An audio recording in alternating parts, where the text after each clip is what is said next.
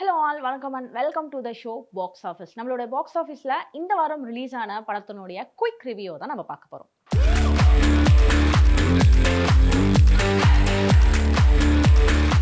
இந்த வாரம் நம்மளுடைய பாக்ஸ் ஆஃபீஸ்ல எந்த படத்தை பத்தி பார்க்க போறோம் அப்படின்னா அங்கமால் திரைப்படத்தை பத்தி தான் பார்க்க போறோம். இந்த படத்தை விபின் ராதாகிருஷ்ணன் அவர்கள் இயக்கி இருக்காங்க. இந்த படத்துல கீதா கைலாசம் அவர்கள் மெயின் ரோல் பிளே பண்ணியிருக்காங்க. இந்த படத்தோட கதை என்ன அப்படின்னு பார்த்தோம் அப்படின்னா, இந்த படத்துல நம்மளுடைய அங்கமால் அப்படின்ற கீதா ஒரு திருநெல்வேலியில இருக்கக்கூடிய ஒரு கிராமத்துல வாழ்ந்துட்டு வந்துட்டு இருக்காங்க. அவங்களுக்கு 2 பசங்க இருக்காங்க. ஒன்னு பரணி, இன்னொன்னு சரண். பரணி அந்த கிராமத்திலே விவசாயம் பார்த்துக்கிட்டு இருக்காரு. அது மட்டும் இல்லாம சில கலை நிகழ்ச்சிகள்லயும் அவர் பங்கேற்கிறது உண்டு. சரண் பக்கத்துல இருக்க ஒரு ஊர்ல டாக்டர் படிச்சுட்டு இருக்காங்க. இப்படி நல்லா போயிட்டு இருக்க அவங்க ஃபேமிலில சரண் பொண்ணை லவ் பண்றதா அவங்க அம்மா கிட்ட சொல்றாங்க.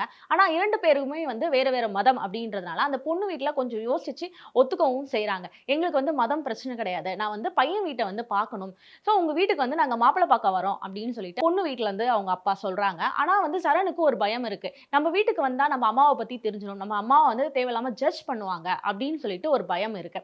எதனால அந்த பயம் அவருக்கு வருது அப்படின்னா, அவங்க அம்மா விவரம் தெரிஞ்சதுல இருந்தே அவங்க பிளவுஸ் போடுறதே கிடையாது. இது மாதிரி அந்த ஊர்ல நிறைய பேர் இருக்காங்க. அதுல அவங்க அம்மாவும் ஒருத்தவங்க கூட. சோ இவனுக்கு சரணுக்கு நம்ம அம்மா நல்லா பெர்ஃபெக்ட்டா பிளவுஸ்லாம் போட்டு பெர்ஃபெக்ட்டா இருக்கணும், யாரும் நம்ம அம்மாவை பார்த்து ஜட்ஜ் பண்ணிடக்கூடாது அப்படின்னு சொல்லி நினைக்கக்கூடிய ஒரு பர்சன். இதனால அந்த பொண்ணு வீட்டுல இருந்து பார்த்தா நம்ம அம்மாவை தேவையில்லாம ஜட்ஜ் பண்ணுவாங்க.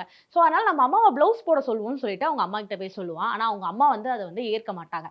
சோ இவங்க பிளவுஸ் போடுறாங்களா, அதுக்கப்புறம் படம் எதை நோக்கி நகர்கிறது அப்படின்றது தான் படத்தோட ஒன்லைன் ஸ்டோரி. ஸோ இப்போ இந்த படத்தினுடைய பாசிட்டிவ் அண்ட் நெகட்டிவ் சைட்ஸை பற்றி பார்க்கலாம். இந்த படத்தினுடைய பாசிட்டிவ் என்ன அப்படின்னா கண்டிப்பாக மியூசிக்கை நம்ம சொல்லியே ஆகணும். பேக்ரவுண்ட் மியூசிக் நம்மளுடைய முகமது மன்சூர் அவர்கள் பண்ணியிருக்காங்க. சூப்பராகவே இருக்கு. அண்ட் அதே மாதிரி இந்த படத்தினுடைய டிஓபி நம்மளுடைய ஆன்ஜாய் சாமுவேல் அவர்கள் பண்ணியிருக்காங்க.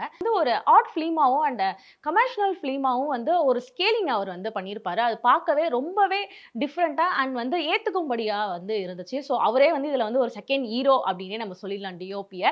அண்ட் இந்த படத்துல நிறைய பிளஸ் இருக்கு. அதே மாதிரி நம்மளுடைய கீதா கைலாசம் அவங்களுடைய ஆக்டிங்கை பத்தி சொல்லியே ஆகணும்.